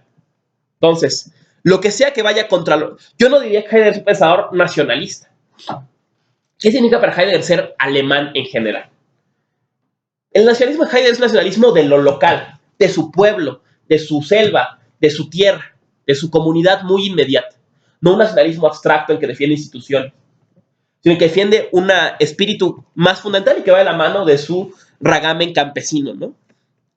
Tercer punto, Heidegger, como vimos en el fragmento 108, es un pensador opuesto al progreso. Entonces, toda tendencia política que apueste por el progreso no le interesa, ¿no? Número 4, Heidegger apuesta por una refundación del mundo o una remodelación del mundo. O sea, Heidegger no quiere que el estado de cosas se mantenga. Quiere un cambio radical, lo más radical que sea posible. Entonces, cualquier posición que esté a una media tinta no le va a interesar. Y quinto punto, Heidegger espera un caudillo, espera un Führer. Heidegger no es un pensador de la autonomía en este momento, si es que alguna vez lo fue. No es un pensador de la autoorganización, es un pensador que apuesta por los futuros, por los pocos, ¿no? Desde en aportes y desde acá, ¿no? Entonces, Heidegger espera un Führer. ¿Dónde para eso a Heidegger? En el escenario político. De entrada, todos los partidos socialdemócratas y centristas, demócratas, no le interesan. Todos los partidos quieren que la República de Weimar continúe, no le interesa. Les contamos aquí a Centrum, al SDP, al DDP, todos estos partidos. Quedan en el escenario político alemán dos opciones. O Heidegger se iba con Tallemann y los comunistas, o se iba con Hitler y los nazis. Ahora veamos, ¿no? De las demás posiciones, ¿qué podemos ver, ¿no? Por un lado, ¿no? ¿Qué dicen los dos sobre la nación y sobre lo local? Los dos, sorprendentemente, son marcadamente nacionalistas. A despecho del supuesto discurso internacionalista de la Tercera Internacional, Tallemann y el Partido Comunista tenían un discurso marcadamente nacionalista. Obviamente, probablemente en reacción a su enemigo número uno, que era el Partido Nazi. Eso es algo interesante, ¿no? En este escenario, los dos contenidos políticos fundamentales van a ser estos dos. Porque a pesar de ser tan distintos en algunas cosas, los dos quieren lo mismo, una revolución, ¿no? Y los dos quieren ser ellos quienes la dirijan, ser ellos los caudillos de esa revolución, ¿no? En la visión del caudillo, están en las mismas, ¿no? O sea, un caudillo es Tallemann y otro caudillo es Hitler, pero están en las mismas etapas, ¿no? Tal vez un punto que perdería ahí los comunistas es su fuertísima conexión con la Unión Soviética como modelo, ¿no? Cuando ellos piensan cómo quieren que sea el futuro es soviético, ¿no? Pensemos sobre el tema de los campesinos, ¿no? Sorprendentemente, a pesar de lo que se suele decir, los dos partidos son tremendamente ambiguos en temas del campesinado. Tienen un punto o dos en sus programas que hablan de que vendrá una reforma agraria que no es clara cómo, ni a quién ayude, ni a quién afecte, ni cómo se va a reducir la propiedad de la tierra, o a cambiar, o a garantizar, o los estímulos para la producción. Tal vez el que más tiene de esto es el partido nazi, aunque tampoco es sobremanera, ¿no? Entonces, ahí está muy cerca. Pero lo que sí es que dice un texto del partido nazi sobre los campesinos, ¿no? Les leo a extenso, ¿no? A la población campesina, vemos a la población campesina como al depositario de la herencia de la salud, fuente de la juventud de la nación y como la espina dorsal de sus fuerzas armadas. Esto es lo que no tienen los comunistas, que tienen los nazis, es darle un valor ulterior al campesino. El campesino no es una máquina de trabajo para alimentar la ciudad, no es un obrero del campo, es la salvaguarda del espíritu alemán. Esto le hace eco a Heidegger, evidentemente. Y por último, que es con lo que termino, es el tema del progreso, ¿no? El tema del progreso es donde van a chocar definitivamente, ¿no? Que es que, les leo, es manifiesto de Tallemann de 30, ¿no? Mientras que en todos los países capitalistas, especialmente en Alemania, las fábricas están cerradas, decenas de miles y cientos de miles de trabajadores vuelan por las calles cada semana, crecen gigantescas obras en la Unión Soviética. En la economía socialista, las ruedas están girando, las chimeneas están fumando, las enormes fábricas de cereales, las granjas socialistas soviéticas se están expandiendo en las tierras cultivables. Este es el modelo político de Tallemann. Un modelo en que el problema es que el capitalismo frena el progreso y que en una sociedad que no esté frenada por el capitalismo, el progreso será rapidísimo. Obviamente esto a Heidegger no le hace mucha gracia, ¿no? Y ahora, ¿qué tienen los nazis contra esto? El problema es que no es claro. El movimiento nazi y en general el fascismo tiene una característica muy peculiar, que es un movimiento que a la vez que reivindica lo tradicional, reivindica el progreso. Entonces tiene las dos cosas. Hay un concepto nazi de la propaganda nazi que van a extraer de un film de... no tengo el nombre de la película a mano, que es el concepto de asphalt, ¿no? El concepto de asphalt. ¿Qué significa el concepto de asphalt? La propaganda nazi utiliza asphalt para designar todo lo que corrompe el espíritu nacional, con la imagen de que el asfalto, que es la marca de la ciudad moderna, asfixia el suelo nacional. Entonces, todo lo que sea moderno, que igualmente se identifica inmediatamente con todo lo que es judío, es asfalto. Entonces se va a hablar de la música de asfalto, se va a hablar de la propaganda, de los periódicos de asfalto, para referirse a la propaganda de los opositores, y finalmente de asfaltizar. La acción de asfaltizar es la acción de llevar a lo moderno. Mientras que lo que ellos quieren es recobrar la tierra, ¿no? Y veremos cómo el partido nazi hará pues mucha alaraca de esta reconexión y liberación del asfalto del suelo nacional. Irónicamente, y concluyo con esto, va a ser Hitler quien más asfalt va a volcar en Alemania, ¿no? La Autobahn es la gran obra de Hitler, ¿no? Es la nación que más asfalto echó en el siglo XX, fue Alemania, fue la Alemania nazi. Entonces, es la nación del asfalto, ¿no? El gran crítico del asfalto fue, al final, el gran defensor. Y esto es el signo del problema que Heidegger reconoce. ¿Cuál es el alcance de esta remodelación del mundo? Con ese problema entra Heidegger a 33, al rectorado, y a su gran decepción, al descubrir que la lógica del asfalto operaba detrás de estos grandes críticos de la modernidad, o que se pintaban como críticos de la modernidad y del progreso, que eran los nazis, ¿no? Y ya.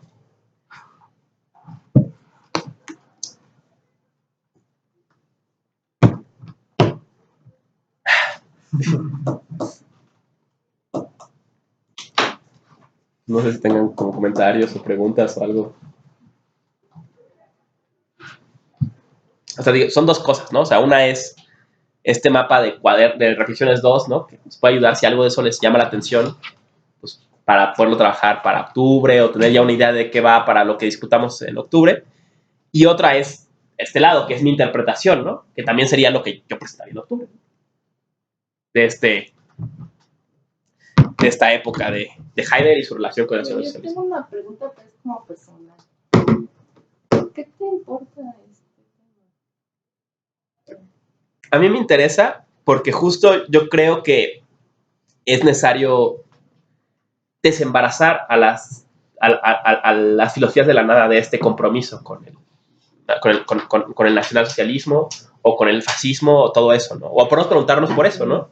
Porque la realidad es que hoy que estamos trabajando estos temas y que están teniendo interés y que las clases se nos llenan de gente que le interesa y las conferencias, pues está ascendiendo la alt-right en todo el mundo, ¿no? O sea, la nueva ultraderecha está ascendiendo. Y hay que preguntarnos, ¿estamos haciéndoles trabajo a ellos? Criticando el progreso, hablando de volver a las raíces, todos estos temas, ¿le estamos haciendo el trabajo a ellos o no? O de hecho hay otra interpretación política posible de estas visiones, ¿no? Quiero mostrar cómo estos autores, o al menos en este caso Heidegger, va a haber algo de interés en el nacionalsocialismo y pronto se va a dar cuenta que no es así, ¿no? Va a desencantarse de esa propuesta, ¿no? Va a darse cuenta que no era por ahí, ¿no? Que no cumplía las expectativas que él tenía, y no son expectativas que él tuviera solo como persona, sino que vienen de su traición o de su forma de hacer la pregunta por él, ¿no? Por ejemplo, la crítica al progreso, ¿no? O sea, él seguramente vio interés en una posición política que no hablaba de abonar al proceso del progreso, pero se encontró en que pues, era un discurso nada más y que de facto el progreso seguía, ¿no? En el fondo, una de las cosas que quiero sostener en el siguiente capítulo, que será parte, espero, de lo que presente en octubre, es que muchas de las cosas que Heidegger va a describir de la modernidad en los textos de los años 50, por ejemplo, bueno, en conferencia de artículos básicamente, son resultado de esa experiencia de la modernidad, que es el nacionalsocialismo. O sea, Heidegger experimentó la modernidad de lleno en la Segunda Guerra Mundial. Y básicamente como rector de la Universidad Nazi y eventualmente como víctima de los juicios contra los colaboradores nazis, ¿no? Será a la luz de eso Heidegger dirá, de esto se trata la modernidad, ¿no? Esto es su lógica, ¿no? esta es la experiencia que luego va a dar fundamento a esos trabajos, ¿no? Entonces me interesa justo notar eso, ¿no? O sea, qué compromisos tiene políticamente esta tradición ontológica o no tiene, ¿no? Que finalmente es lo que yo creo. O sea, yo creo que no. Yo creo que al contrario, ¿no? Que tanto las tradiciones, tanto Heidegger y sobre todo, fundamentalmente, la escuela de Kioto, están en completa contradicción con estas visiones del mundo, ¿no? Están en completa contradicción, y fue una cosa que discutíamos ayer con el texto de Rebeca en el seminario de profesores, por ejemplo, con visiones jerárquicas del mundo, ¿no? O sea, si se cree en la no personalidad y en la horizontalidad del lo ente, también no se puede creer que un Führer te va a venir a salvar de nada, ¿no? O que el emperador es Dios, ¿no?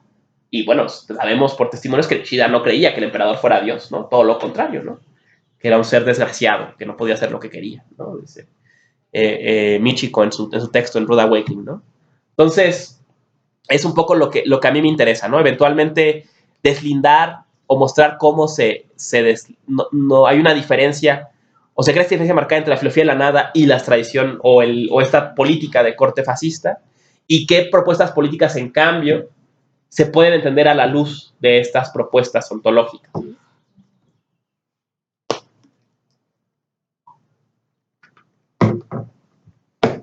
Este concepto que hablas sobre el mundo como el acontecimiento mundo, ¿te acuerdas? Que creo que lo habíamos platicado en alguna ocasión. Creo que una de las preocupaciones, sobre todo dentro del pensar occidental, es justamente ver cómo acercar este acontecimiento a otras maneras no occidentales de pensar. ¿Sabes tú si Heidegger menciona esto en algún otro texto, sobre todo en estos póstumos? Porque es interesante, es una pregunta que creo que es recurrente, ¿no? ¿Existe una posibilidad de ese acontecimiento en culturas indígenas, en el pensamiento, no sé, de Sudamérica o no sé, de algún otro lugar? Heidegger habla, por ejemplo, de este fenómeno, de este acontecimiento como tal. Yo creo que en donde está muy clara esa referencia es en los himnos de Helder, ¿no? O sea, él dice eso, ¿no? Hay que comprender el primer comienzo para poder confrontarnos con otros comienzos, ¿no? Básicamente, ¿qué comienzo ve Heidegger frente a él? El de Asia, ¿no? O sea, él piensa que en el Tao Te Ching, fundamentalmente, en los textos budistas, acaeció otro comienzo, ¿no? Y lo podemos entender, por ejemplo, ¿no? O sea, si leemos a Dogen comprende de forma completamente diferente la relación de tiempo y existencia. Podemos ver la noción de tiempo y existencia ahí, pero su interpretación es contraria a la tradición metafísica, ¿no? Y dice Heidegger, hay que confrontarnos con ellos, pero antes de esa confrontación hay que entender cómo devino esta, ¿no? Claro, Heidegger es un pensador, por más que lo quiera, eurocentrista, ¿no? Pero innegablemente lo mismo se podría decir de otras tradiciones de pueblos originarios y demás, ¿no? O sea, yo pienso que si bien Heidegger no lo vio, personas que se movían en su campo sí lo vio, ¿no? O sea, tal vez un ejemplo sería Ernst Junger, ¿no? O sea, Ernst Junger, después de la guerra, va a venir a México, ¿no? Y a pensar, ahí se va a Oaxaca, ¿no? Está con María Sabina y demás, e intenta comprender este otro horizonte de mundo, ¿no? Y viaja también por África, ¿no? Intentando como encontrar estas otras formas de darse del mundo que de algún modo resisten a la lógica del trabajador, ¿no? Entonces, lo mismo, si Heidegger hubiera salido un poco de su esfera y también de una vocación incluso tal vez personal extremadamente localista, en Heidegger no se quería salir de donde estaba, podría haber visto esas otras posibilidades, ¿no?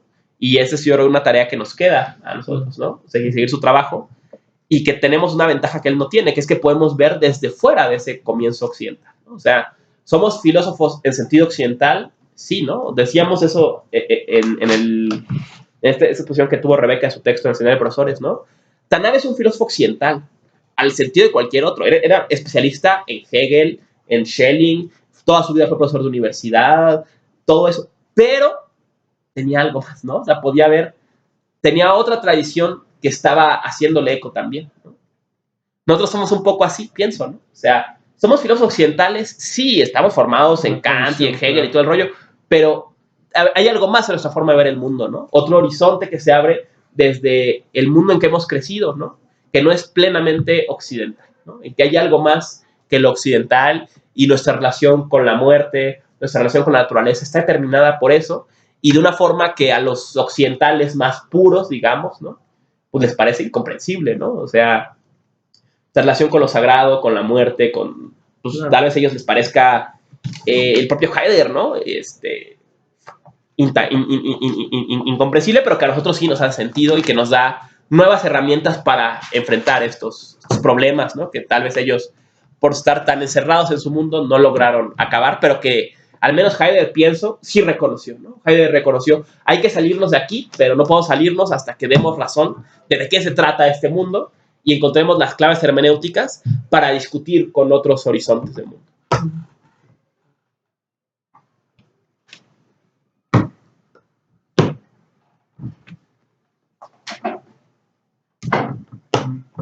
Yo te quería preguntar algo que dijiste y la verdad no me quedó claro. Esta cuestión de preguntar el ente es antes que preguntar qué es el ente. Y eso no sé si podrías andarlo más. Sí, me refería un poco a decir, o sea, dice Heidegger, hay que cambiar las frases de la tradición en preguntas, ¿no? Podríamos leer cuando dice Aristóteles, el ente dice muchos sentidos, que Aristóteles dice, bueno, el ente es, ¿no? Pero, ¿en qué sentido? ¿Qué significa que sea? ¿O qué es el ente? ¿No? Titón, ¿no? O sea, ya sabemos qué es, pero ¿qué es? Entonces, usando estrategia heideggeriana, lo Heidegger diría, no, la frase de la tradición, el ente es, hay que convertirla en una pregunta. El ente es. O una más obvia, el ser humano es el animal racional y es la subjetividad que se pone enfrente del mundo, lo es, ¿no? O sea, convertir la frase de la tradición en preguntas. O el mundo de la representación se despliega en objetos genéricos, accesibles. Convertir eso en pregunta, ¿no? Y es curioso porque creo que Heidegger en pocos lugares da herramientas de cómo es la confrontación histórica, ¿no? Cómo se hace esa confrontación. Y aquí da una muy clara, ¿no? Convirtiendo sus frases en preguntas, ¿no? O sea, tomando las frases fundamentales de la tradición, por ejemplo, ser representado, ¿no? De Berkeley o, según Heidegger, de Descartes, y ponerle signos de interrogación. Ser representado. Algo así, ¿no? Pienso que... Y es curioso pensar esta metodología, pues justo para afrontar, ¿no? Pero lo hace con Descartes, por ejemplo, ¿no? Pienso, o sea, pensamos, y es pensar en realidad, es decir, ¿a dónde nos remite? Si a la simple representación o a otro tipo de apertura, ¿no? O sea, la dignificación del ente, todo ese tipo de cosas. Exactamente, Sí, claro. ¿no? Y nos dejaría una estrategia interesante, ¿no? Incluso, pues hasta para confrontarnos con el propio Heidegger, ¿no? O sea, tomar esos planteamientos como dogmáticos que a veces da y ponerle signo de interrogación y decir, a ver, espérate, pero es así, ¿no? Sería una estrategia para la confrontación histórica, que pocas dio, y ahí hay una muy, muy clara. Otra cosa es este como paralelismo, ¿no? Entre estos conceptos de Heidegger con conceptos de nacionalsocialismo, el de pueblo sin espacio, o el de Lebensraum. Ajá, no sé, es que justo hay como algo contradictorio, ¿no? Como intentar hacer una filosofía que se acorde con el nacionalsocialismo en su vertiente de crítica al progreso, o hacer que una filosofía vaya adelante del movimiento para que el movimiento de alguna otra manera se dé cuenta de la filosofía y quita el progreso, ¿no? Como su marca esencial. Esto te lo pregunto porque, por ejemplo, Safransky dice eso, ¿no? Que si Heidegger rompió con el nacionalsocialismo es porque este se quedó conservador en términos de Heidegger. Ajá. Sí, sin duda, ¿no? O sea, en Reflexiones 3 eso es muy claro, ¿no? El problema, en otros términos, a mi opinión, es que Heidegger considera que el nacionalsocialismo realmente es solamente una reformulación del viejo mundo, ¿no? O sea, por más que tal vez Heidegger tenga alguna fe en un espíritu fundamental del nacionalsocialismo, que son los jóvenes que se rebelan contra todo y demás, la realidad es que al institucionalizarse esto, solamente continúa de forma exacerbada el proceso del que ya veníamos. O sea, da lo mismo. El ejemplo del asfalto me gusta porque lo ilustra muy bien, ¿no? O sea, critican la asfaltización y la expansión de lo urbano sobre la tierra natal y todo ese rollo. Y ustedes son los que más asfalto ponen, ¿no? O sea, un poco este choque, ¿no? En este concepto en particular, yo pienso, no es que Heidegger, al menos en este momento, Heidegger no creo que esté haciendo una filosofía con conceptos de la propaganda nazi. Heidegger está haciendo una filosofía que está creciendo en el mismo lugar donde está creciendo la propaganda nazi, ¿no? O sea, Por eso digo, yo no pienso que el concepto de pueblo sin espacio, que es el que es de la novela esta, ¿no? Sea puramente nazi. Es un concepto que está en su tiempo, Heidegger toma y que tal vez luego se encuentra en la propaganda nazi, ¿no? Y dice, mira, ¿no? Sí va a haber momentos en que Heidegger en 33 va a agarrar cosas tal cual de la propaganda nazi, ¿no? El concepto clave de esto es metapolítica. Metapolítica es un concepto fascista que existe desde la propaganda nazi hasta hoy en día, ¿no? Hay una página horrorosa que se llama Metapedia, ¿no?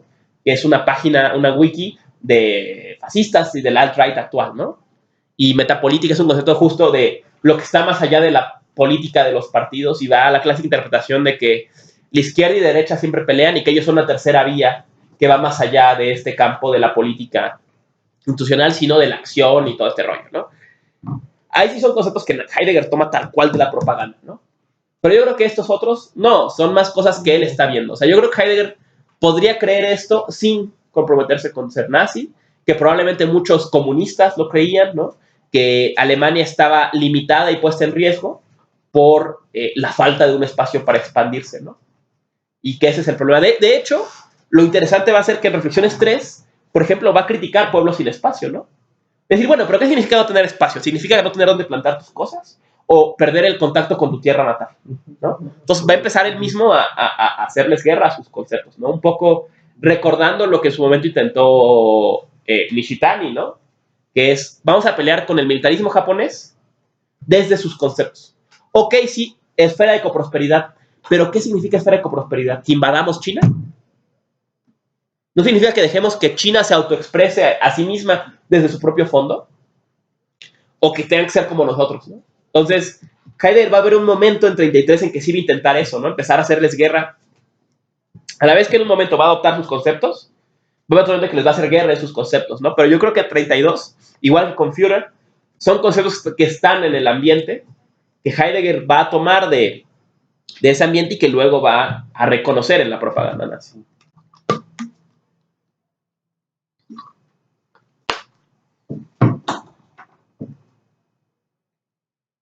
Y pues sí, ¿no? La gran separación de Heidegger es eso, ¿no? Que los nazis al final no traen el cambio que él esperaba, ¿no? O sea, él esperaba la remodelación del mundo, ¿no? O sea, creo que Heidegger nunca va a renunciar a esta idea, ¿no? Que el mundo tiene que remodelarse, tiene que haber una transformación de fondo de la forma en que el ser humano está en el mundo, ¿no? Y por eso cuando en Spiegel le preguntan, ¿y cuál crees tú que sea esa? Dice, no sé. O sea, ¿por dónde vendrá esta transformación del mundo? ¿Esta política que corresponda a la época de la técnica? Dice, yo no sé, ya no sé, ¿no? O sea, él en un momento puede responder esa pregunta, pero después de 33 se queda sin palabras, ¿no? Y en un momento se reconoce, ¿no? Justo lo que dirá en su parecer de la metafísica, que las visiones políticas de su tiempo, por más que se planteen como grandes antagónicas, defienden lo mismo, ¿no? Lo que vemos un poquito aquí con Telemann y con Hitler, ¿no? Al final, por más diferentes que se presenten, juegan en las mismas vecindades, ¿no? Creen esto sobre el progreso, creen esto sobre los campesinos, creen esto sobre el dirigente, ¿no? Y esa será la desesperación de Heidegger, ¿no? No encontrar esa propuesta o esa posibilidad política que rompa de veras con la época del acabamiento de la metafísica, la época de la técnica, ¿no? ¿Y tú crees que sea posible una política que pueda romper? Yo- Tanto política, por tanto en tanto organización. Yo pienso que sí, claro, política tal vez en cuanto a modo de estar en la polis o de crear comunidad, ¿no? Y que existe hoy en día ya otras formas de estar en el mundo y personas que desde ellas resisten y que han roto en algunos grados con esta modernidad en la que vivimos, ¿no? Y que evidentemente viven en eterna contienda con ese mundo moderno, ¿no? O sea, como el propio Ernst Jung imaginó, ¿no? Por más grande que sea el mundo del Leviatán, siempre está rodeado por jardines que no logra aplastar, ¿no? Y que esos jardines se alían y poco a poco van creciendo, ¿no? O sea, por más grande que sea el mundo de la técnica, bueno, pues hace 2 días se alojaron 4 ocupaciones en Exargia, ¿no? O sea, sigue habiendo espacios donde la gente crea otras formas de estar en el mundo, ¿no? Eso, ahora con el texto de Rebeca lo discutíamos, ¿no? ¿Qué modelo de política propondría Tanabe, ¿no? Dice, hay que crear una política a la luz de un mundo del despertar, que las personas hagan sangre, y cómo sería, ¿no? Y que usa el modelo de las comunidades de monjes, ¿no? Raicho intentó dar una propuesta, ¿no? Y es justamente sociedades de cooperativas, ¿no? Las federaciones y sociedades de cooperativas de mujeres, sobre todo en Japón, ¿no? Que ese era el modelo que ella veía de esta otra forma de estar en el mundo distinta, ¿no? Que no esté mediada por estas relaciones, ¿no? Yo creo que no hay un camino, pero sí pero que hay muchas posibilidades, ¿no? Que hay muchos caminos distintos para construir estos espacios, ¿no? Y que al final creo que la filosofía de la nada o las filosofías de la nada apuestan por pensar hacia allá, ¿no? O sea, la filosofía de la nada no es un capricho, no es que ahí ya pensamos muchas cosas, ahora vamos a pensar esto, ¿no? Sino es dentro de una herramienta crítica, ¿no? Es pensar en dirección contraria a la tradición metafísica y al mundo que ella creó, ¿no? Y con ello intentar vislumbrar desde los nuevos conceptos otros mundos. Entonces, pienso que eso es lo que ellos intentaron en su momento, al menos Heidegger, se encontró que no era ese el nuevo mundo que él esperaba y que siguió siempre intentando vislumbrar, ¿no? Esa posibilidad de que vinieran otras posibilidades de estar en el mundo, ¿no? De que, pero poéticamente habite el hombre, al final, ¿no? Que se cree mundo otra vez en otros términos, ¿no? Yo creo que sí sigue siendo posible, ¿no? Y que, como decía el propio Heidegger, ¿no? Que donde radica el peligro crece también lo que salva, ¿no? O sea que mientras crece el peligro, siempre crece lo que salva también, ¿no? Crece la posibilidad de otro pensar, ¿no? Yo ahí sería, desde hace tiempo, era un debate que teníamos, ¿no? Donde yo difiero radicalmente con Bátimo, ¿no? O sea, entre la visión del devolismo, de comunismo hermenéutico y lo que yo he defendido en textos anteriores, ¿no? Sería ahí la gran diferencia, ¿no?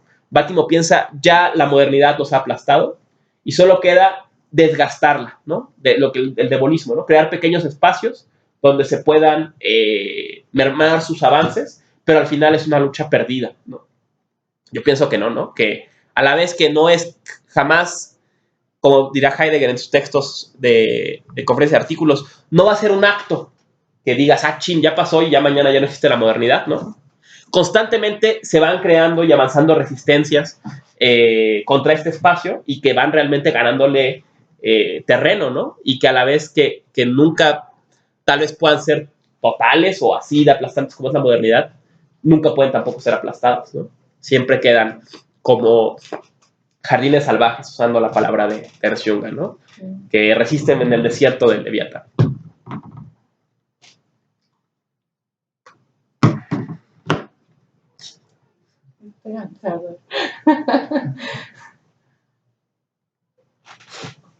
¿Algo más? ¿Se te ocurre? Es que yo veía más bien lo contrario. O sea, como que la modernidad avanzando y aplastando de a poco otras formas de ver el mundo. O sea, como que ya queda bien poquita tradición, cada vez menos.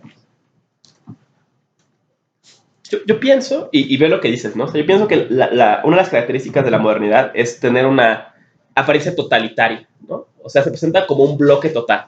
No todo es así. En términos de Bátimo, se plantea como principio de realidad. O sea, ok, podemos negociar en algunas cosas, pero el mundo simplemente es así, ¿no? Decía Bátimo, ¿no? Y Grecia es un muy buen ejemplo de eso, ¿no? Puede ganar la izquierda o puede ganar la derecha. Puede ganar Cifras o puede ganar quien sea, pero la troika es la realidad. O sea, no importa si es la de izquierda o es la derecha, hay que pagarle a Alemania la deuda. No es posible no hacerlo. Y lo que los griegos pusieron a debate en aquella ocasión, ¿no? Cuando ganó Siriza fue eso. ¿Pero por qué? ¿Por qué a lo mejor no pagamos la deuda externa y ya? No, pero es que es la Unión Europea. Bueno, pues nos salimos de la Unión Europea. Bueno, pero es que no es bueno, pues entonces hacemos eso, ¿no? Y decía una señora griega que entrevistaron, ¿no? Decía, nos va a ir mal igual, ¿no? Mejor que nos vaya mal para algo, a que nos vaya mal nada más para pagarle a la troika una deuda que es imposible de pagar, ¿no? Y al final, Cifras cedió a que se pagara la deuda, ¿no? Mostrando este problema, ¿no? De que por más que haya posibilidades de cambios superficiales, la naturaleza misma de este sistema es la única posibilidad, ¿no? Pero a la vez que esta apariencia totalitaria, sus límites están muy marcados, ¿no? O sea, es una apariencia de totalidad, ¿no?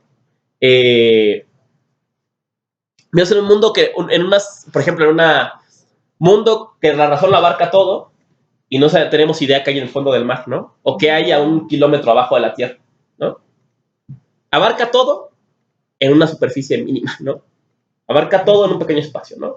La ilusión de totalidad es más una ilusión, ¿no? O sea, el gobierno de México abarca todo y hay comunidades que pasan meses y no ven a un policía. O sea, tiene esta naturaleza que es más una apariencia de totalidad, o la idea de totalidad es más es una noción propia de la modernidad, a que sea de facto un alcance totalitario, ¿no? Más bien es que ellos son los que representan qué significa todo, ¿no? O sea, todo es esto que yo te hago patente, ¿no? Un ejemplo de esta disposición del espacio, podemos verlo justo en el ciberespacio, ¿no? O sea, Internet es más grande que Google. Solo Google te dice todo esto es Internet. Entonces tú solo ves lo que te puede decir, ¿no? Aunque quede un campo inmenso fuera, ¿no? Fuera de esta red ya arada, ¿no? Pero claro, ella te exhibe esto es todo lo que hay, ¿no? Pero desde otros canales de entrada te encuentras con un montón de cosas diferentes, ¿no? Yo creo que igual puedes pensar estos límites de la modernidad, ¿no? O sea, desde su perspectiva, sí, es el principio de realidad y está acabado todo, ¿no? Pero a la vez, si vemos otra perspectiva, abrimos miles de campos en que sean 1, 5, 10 o cientos o miles o decenas de miles de personas, están ya viviendo en otras realidades, ¿no? Y están ya en su acción construyendo todos los días otras realidades, ¿no? Decían los alemanes, una cosa que se llama Proyecto A, una cosa muy curiosa eso, o sea, nosotros ya no soñamos con que en el futuro construyamos un nuevo mundo, ¿no? Ya tiene que ser ahorita, ¿no? Tiene ya que existir ese mundo y que nuestra acción se esté construyendo a cada momento, ¿no? Y que con ello, pues, quede siempre como límite la modernidad, ¿no? Y estos espacios se abren y se cierran, pero siempre sigue este límite, ¿no? O estos márgenes impenetrables de este mundo moderno, ¿no? Que al final, en su totalidad, nunca puede dominar, ¿no? O mantiene una totalidad que en el fondo está limitada, ¿no?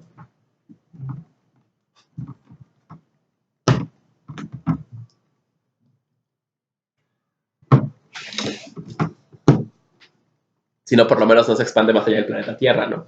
Y de un límite de tiempo que probablemente no sea muy largo, ¿no? O sea, espacio-temporalmente se extiende pues, muy limitadamente, ojalá, y por lo menos ahí encuentra sus límites de lo que no puede dominar, ¿no?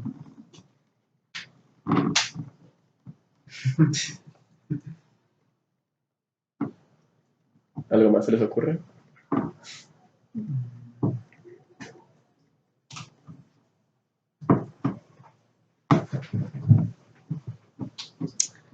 ¿Qué hacemos la semana que viene? Como ven, creo que todavía no va a regresar Rebeca, pero podemos, si alguien tiene algo que presentar, podemos reunirnos.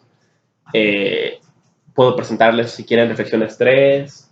Podemos descansar y reanudar cuando ella regrese. No sé cómo vean, ¿no? Igual también lo del congreso de octubre no puede avanzar mucho hasta que no esté acá Rebeca, pero ya está el cartel, ¿no? Una propuesta de cartel que mandaron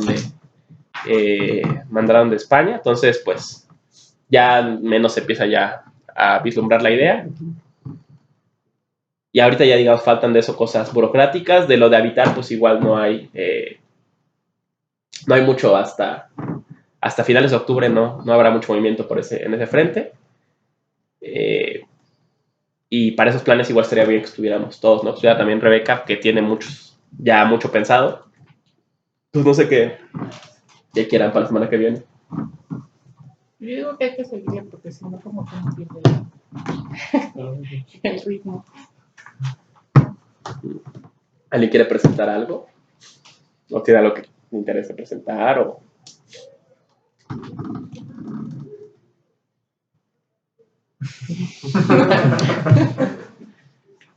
Porque, o sea, digamos, si es de presentar, tiene como tesis o algo de avance que le interese presentar, también podríamos exponer otra cosa, ¿no? O sea, podría yo exponer reflexiones 3, o podríamos empezar el trabajo de Habitar y exponer, por ejemplo, algún autor, ¿no? O sea, no sé, a Foucault, a Virilio, a Duque, ¿no? Tú que leíste el texto de Duque, ¿no? Podríamos, o algo así, ¿no? O sea, digamos, si no tiene que ser a fuerzas algo nuestro, ¿no? También podemos trabajar los textos, ¿no? Y creo que está también bastante efectivo.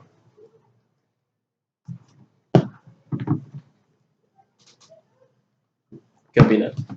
Pues igual una parte de lo tuyo, ¿no? Y otra parte como presentar el proyecto, como en general, ¿no? Una idea Va, para todos, va, entonces, como situarnos. ¿les parece si les ibas a mandar? Creo que no se mandó ya al final porque creo que nada, Rebeca lo tiene. El planteamiento del proyecto, ¿no? Ujú. Igual puedes echarles una leída y comentarlo, ¿no? O sea, ya está, digamos, eso ya se envió a CONACYT, digo, a la UNAM, a Begapa, pero ahora lo que nos toca de aquí a octubre al menos, y sobre todo después de octubre, es pensar eso qué significa, ¿no? O sea, bueno, ya planteamos 1000 cosas que vamos a hacer y que van a ser otra maravilla, pero de facto eso qué significa, ¿no? O sea, el problema de habitar de veras qué alcance tiene, o qué de esos textos son importantes, o no son importantes, o nos interesan trabajar, o hay otros que no están, no sé, ¿no? O sea, hay 1000 cosas que hay que pensar cómo llevar a la práctica, ¿no? A grandes rasgos, Rebeca tenía la idea de que fuera un seminario curricular y un seminario de tesis, ¿no? O sea, que se mantuviera este espacio y un espacio extra, que no sería su horario de clases que ahora tiene, o se abriría una clase nueva, pero la idea sería, digamos, tener esos dos espacios para estar trabajando y desahogar la discusión, ¿no? Sobre el problema del habitar y hacer exposiciones, ¿no? O sea, tanto de los autores como de temas, ¿no? O sea, si viene gente de arquitectura o lo que sea, que presente, no, mira, yo estoy leyendo esto o hacemos esto y para otros esto significa habitar, ¿no? Yo pensé que podríamos ser para la gente que venga, tal vez sí trabajar una especie de cuestionario como para guiar, ¿no? O sea, como que, de qué queremos saber, ¿no? ¿Tú qué entiendes por habitar? ¿Qué significa para ti la naturaleza en el hábitat? ¿Qué significa? No sé, algo así, ¿no? Cosas como esas que hay que llevar a la práctica y a lo mejor te se les ocurren otras cosas, ¿no? Que podemos hacer para realizar el proyecto.